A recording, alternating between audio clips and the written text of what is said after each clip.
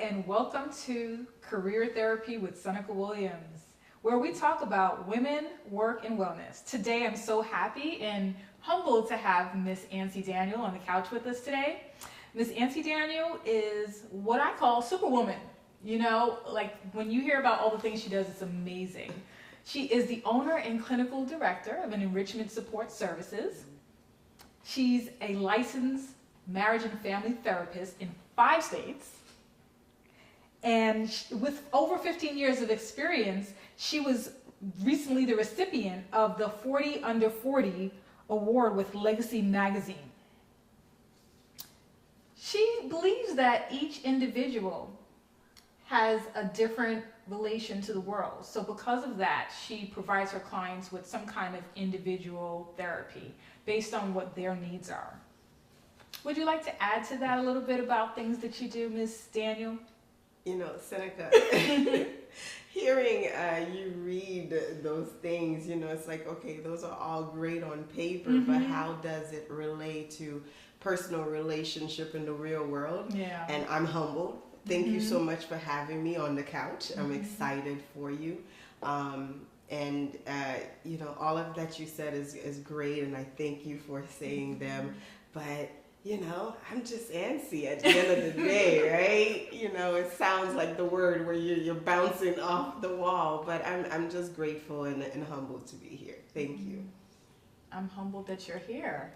And I want to talk to you about that because I want to share something with my viewers, how I met Miss Anse Daniel. It actually came from what some people would have called a failure or a disappointment, where I moved out here to Florida from New York, and I was struggling to get licensed in the state.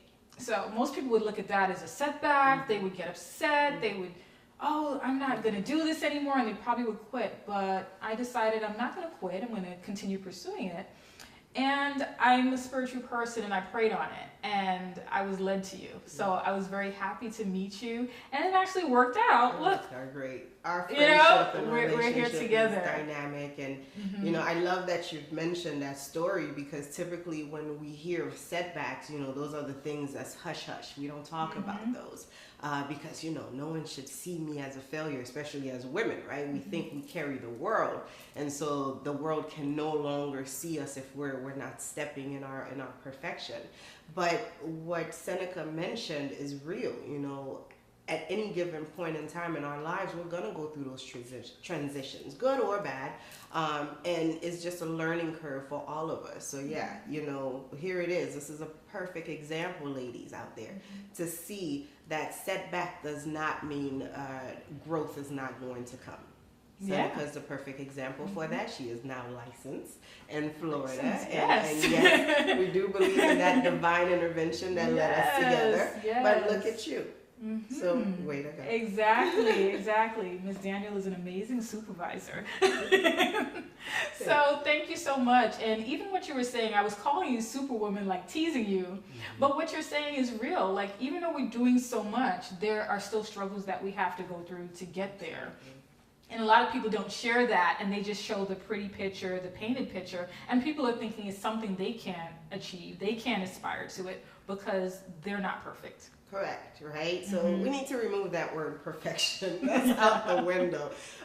We will never be perfect. I'm sorry, ladies. I love you. You're beautiful. We're beautiful. But we're not going to be perfect. But what we will do is work really hard for ourselves, see the beauty within ourselves, and give it to the world, because let's be real, the world needs that beauty.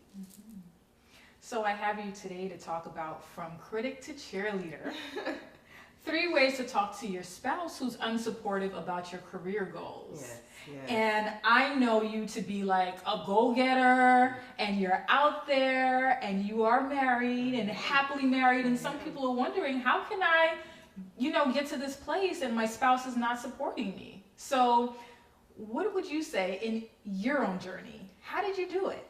Well, it all started for me by knowing that I wanted to have this done. So, you know, prior to meeting my husband, I've been married 12 years now.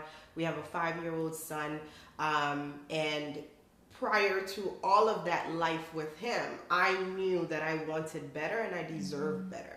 And so for me, that's how it started. My journey was about myself. Who was this person named Anse Daniel, or prior to Daniel was Anse Paul? Who was that person, and why was she the right one to go out there and do these things, right? So that's how it started for me. And then it made it easier 7 years into our marriage, when I was ready to leave my nice salary position with my former employer and approach my husband to say, hey, you know, listen, I think I'm being led to move to another state and start a private practice. And you know, the first thing he said was, okay, I know who you are. And the only reason he knew who I was because I made sure he understood who I was. So he knew who I was, and he knew that bringing this up was not an easy decision. Deciding to leave a position that was supplying our needs as a married couple. Prior to that, we didn't have our son, was very important to me. And you know, we prayed together, and whether you're a woman of faith or your spouse is of faith or not doesn't matter, but it's just that step together to know the transition was coming. Now the caveat is, I moved, my husband did not.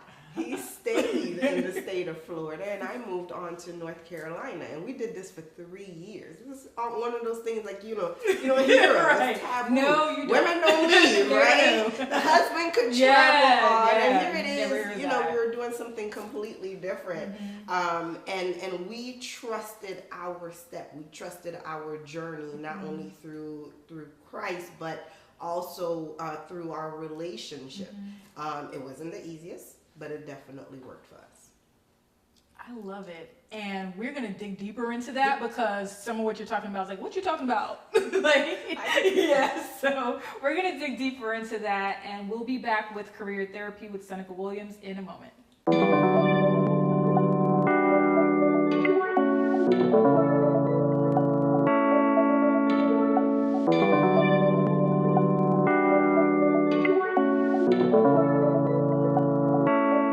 Ladies, we know, we think we got it all together. It's all wrapped up in a bag. And, you know, what's this little noise on the side of your head that you keep hearing of wanting to make changes? Well, I'm here to tell you, you can make those changes. It's doable. It all starts with you, though. You are that common denominator. You are the main plus. And so you have to be ready to take those advice that you've laid out for your girlfriends and other friends of yours and apply it for you. Those advice starts, of course, with knowing who you are, wanting to make those changes, and how you want to make those changes. Are you ready? I hope you are. See you soon.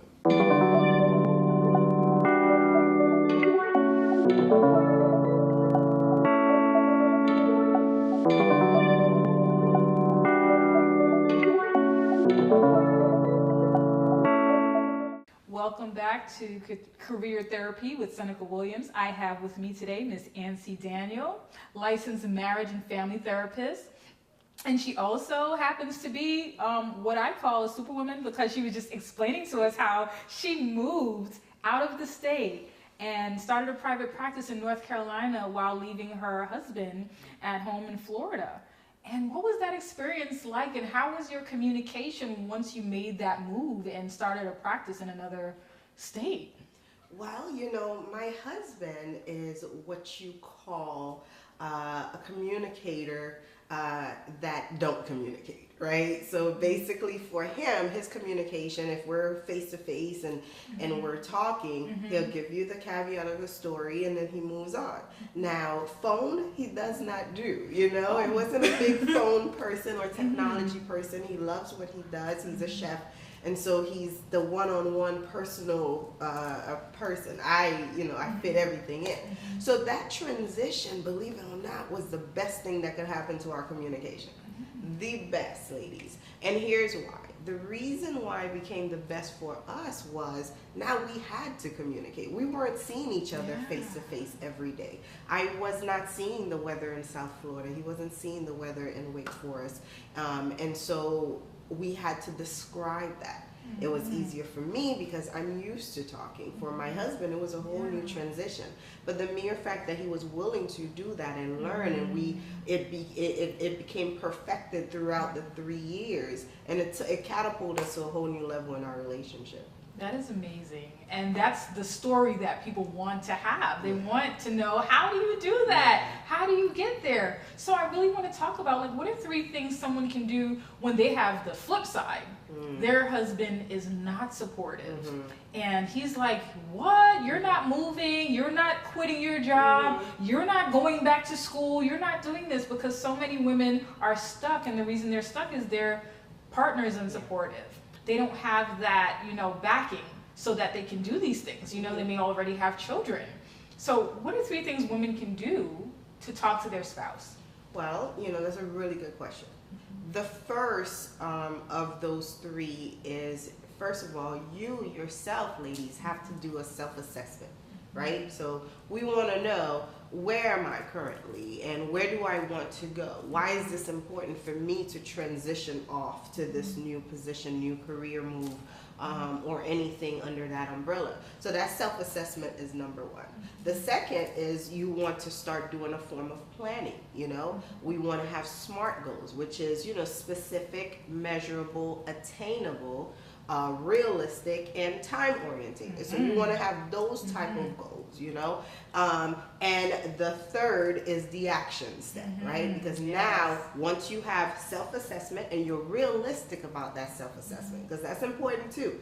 We don't want to lie to ourselves. We can lie to everybody else. Don't lie to yourself, okay? So we want to be realistic about that self-assessment, what it is that we really want to do. And once we put the planning stage into it, now the action. The action is where we actually start to speak to our spouse, because the action is it falls under that phase of planning, right? So when we approach our spouse, one of the things we have to understand is, everyone that's into that relationship, the husband, the wife, the girlfriend, the boyfriend, we're coming with our own baggage and our own perspective from childhood.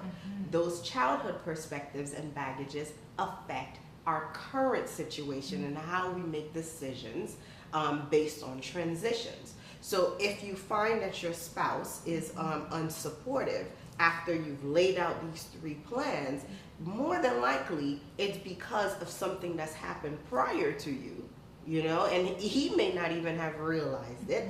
And so that is how he's basing his decision on this career move. So it's very important for you to, with that self-assessment now, and now that you're in that 3rd phase of action, because you've already planned it out, you are then able to present that plan in a more realistic way. We're not going around the circle and hoping that he would bite. We hear oftentimes, I hear clients say, but I gave him clues. Oh, okay, Inspector Gadget, are we? So we want to be realistic with those. You want to be very specific about what it is that you're seeking and how you're seeking it. If you're going around circles with your career goal, then guess what? Now he feels that you're not ready. He feels that you're going to leave us high and dry, and how we're going to pay our bills, how are we going to sustain our family. But if he understands that here it is, that during that planning phase was not the easiest. I actually had to lift every rock and understand what it is that I really want to do, and how am I possibly going to do this even when everything else seemed impossible. When you present that, it becomes easier for this person to be able to understand you. So unsupportive spouses are out there, but look beyond that. It's not necessarily you. It's not necessarily your current situation. More than likely, it's what's happened in the past. And it's important for people to know that even though my partner is my critic right now, he can become my cheerleader. Absolutely. You touched on a lot of important stuff. One of them is men and women have a different language. Okay, so when you were talking about presenting the plan, researching it, having the action, a lot of women, I think, miss that part. And they just say, I'm just unhappy, and I want to pursue my purpose, and I want to be happy. And the men are like, so you're going to quit your job to be happy? How does that pay the bills? Like, wouldn't we be more unhappy if we can't pay our bills? Yeah. And And it's like they really need to understand, okay, when you say you want to be happy, what does happy look like? Okay, happy looks like I'm going to make this much money. I'm going to pursue the career this way. I'm going to have these things in place. And then you have a conversation, the open communication. Because like you said, people have things from their past that come up, and everyone handles things different. Some people get angry. Absolutely. Some people shut down. Shut down completely. And some people stonewall. They don't even want to hear it. I don't want to hear anything, you know? And then you feel unsupported, and you feel like this person is just critical. Yeah.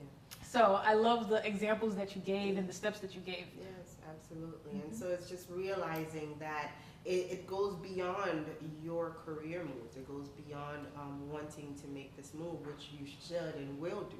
But it starts with that communication and how we deal with our spouse and making sure that career move is successful for everyone. Thank you. We're going to take a break right now, and we'll be back with Career Therapy with Seneca Williams and Anse Daniel on the couch.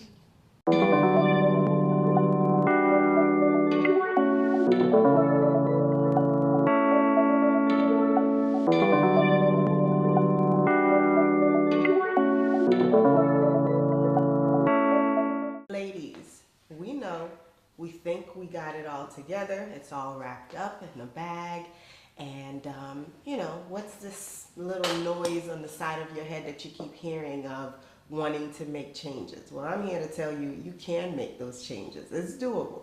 It all starts with you, though. You are that common denominator. You are the main plus. And so you have to be ready to take those advice that you've laid out for your girlfriends and other friends of yours and apply it for you. Those advice starts, of course, with knowing who you are, wanting to make those changes, and how you want to make those changes. Are you ready? I hope you are. See you soon.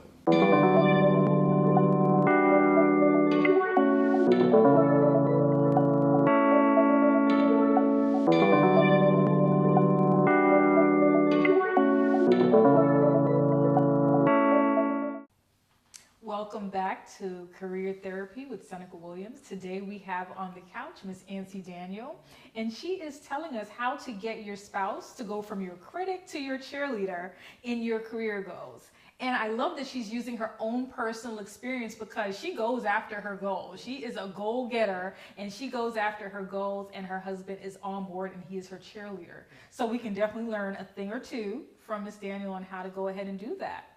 I'd like to go into now, sometimes women may feel like I still need more support. You know, they may have these tips from you, and they may have even tried them, but what's the next step? Like, I had the plan, I have the actions, I've been speaking to him.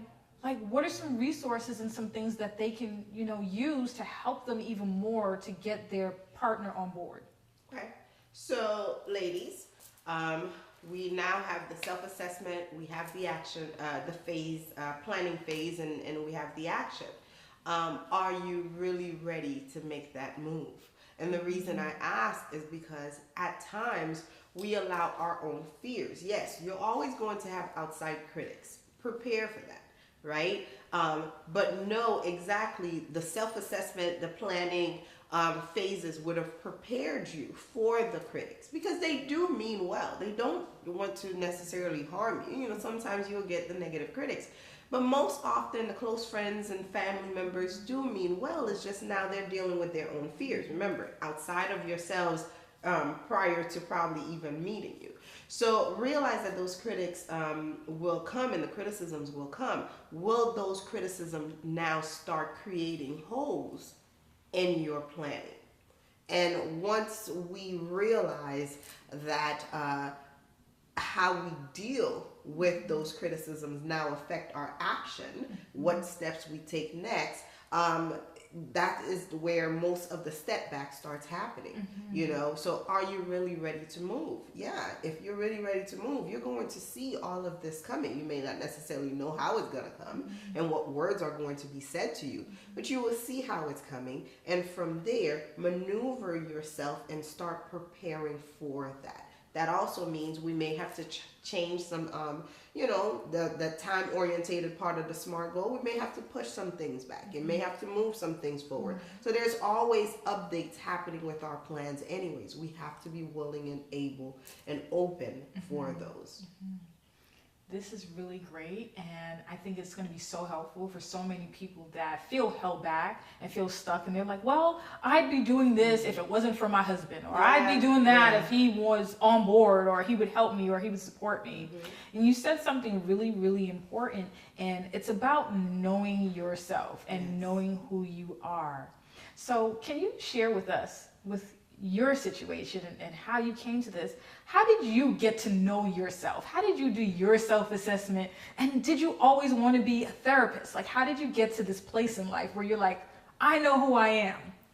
Well, I actually didn't always want to be a therapist, right? So yeah, believe it or not, I, in my whole heart, believed I would be an attorney, a defense attorney to be exact. And I would work after law school. I would work for the prosecuting team for 2 years, and then after those 2 years, so then I know how to beat them. This was my mindset, right? So after I graduated with criminal justice as my bachelor's, I took a year off to assess. Where I was going to go to law school, how that was going to look. And unfortunately and fortunately, it didn't quite happen. Not that I didn't receive any law school acceptance letters, but for some reason, here it is. It's time to now leap into what I thought I was going to be my whole life. And something held me back. And because of that holdback, I wanted to dig deeper into figuring out why was I now hesitant of it. So here it is, similar to what we're talking about. Yes, I had the self-assessment prior, right? I thought I did. Yes, I had the planning, and now it's action, and I can't move. I thought I wanted to, but I can't move. Why not? So now I had to go back to the drawing board. What is it that is leading me where I couldn't move? And a marriage and family, the master's in marriage and family fell upon my lap, literally. And I started looking into it, and I realized that all of the things that I thought I wanted to be an attorney for was all molded into the family. And I wanted to know more about this family dynamic, more about this family systems, and how the system now affects all of what we do as adults. So I went into that path. And I never looked back, and I love it. I still love my criminal justice work. And I get involved any way that I can. But I love the therapy part, and I think I am grateful for my own upbringing and family background. I'm of Haitian descent, and born and raised born in Haiti, raised in Miami, Florida. But with our family dynamic, I wanted to understand more. I wanted to know why we were a minority, and minority not necessarily of race, but more of the same, two-parent in the household that actually love each other. That was weird for my friends, and I wanted to understand why. Why was that weird? So all of these, the family dynamic shapes us as adults, and so that is part of my action now. So I love it. I love talking to women who have pursued their goals and they went for it and they're living their dreams. And we sometimes say that, in such a way of, oh, people can't live their dreams or do what they really want to do. But when you talk to women like yourself, you're finding out that, you can do it. But there's a way to get to dreams. You don't just dream and it just happens. I'm sure, you put in years of work and sweat and all these things into making that dream a reality. Absolutely. And I call the dreaming and it actually happens right away the microwave world, right? You think of a microwave, you pop in a popcorn, you put 2 minutes, after 2 minutes it's ready to go and you're ready to consume it. That's not necessarily how it works in life. We do have to put hard work into it. We have to sacrifice our time and at times even our talent, where we feel that I shouldn't settle for this particular job because I'm so much better. But have we really thought of, what can I learn from this particular position that I'm in? And how am I going to apply what I'm learning in this position to my actual business or my next career? So every step is extremely important, ladies. I know we all want to get to that mountaintop. Trust me, I understand. But those small steps those scenic routes are the most important for when we actually reach that mountaintop, how we're going to actually appreciate now that we're up. It all works together. It all works together. All of it is coming together to get you to where you want to be. The good and the bad. The good and the bad. Just like how we met. You know, it all works together. So this is pretty amazing that you're doing so much. And if people wanted to learn more about what you were doing, how would they find you? How would they be able to contact you? Okay, well, if you want to contact us, our company's name is called Enrichment Support Services. You could go on our website, which is ESSgrowth, GROWTH.com. You may even call our office or follow us on social media. We're on Facebook. It's facebook.com, Enrichment Support Services.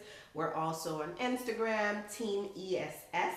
And so we look forward to hearing from you. Don't ever hesitate. Even if it's just a question, shoot us an email. We'll always answer.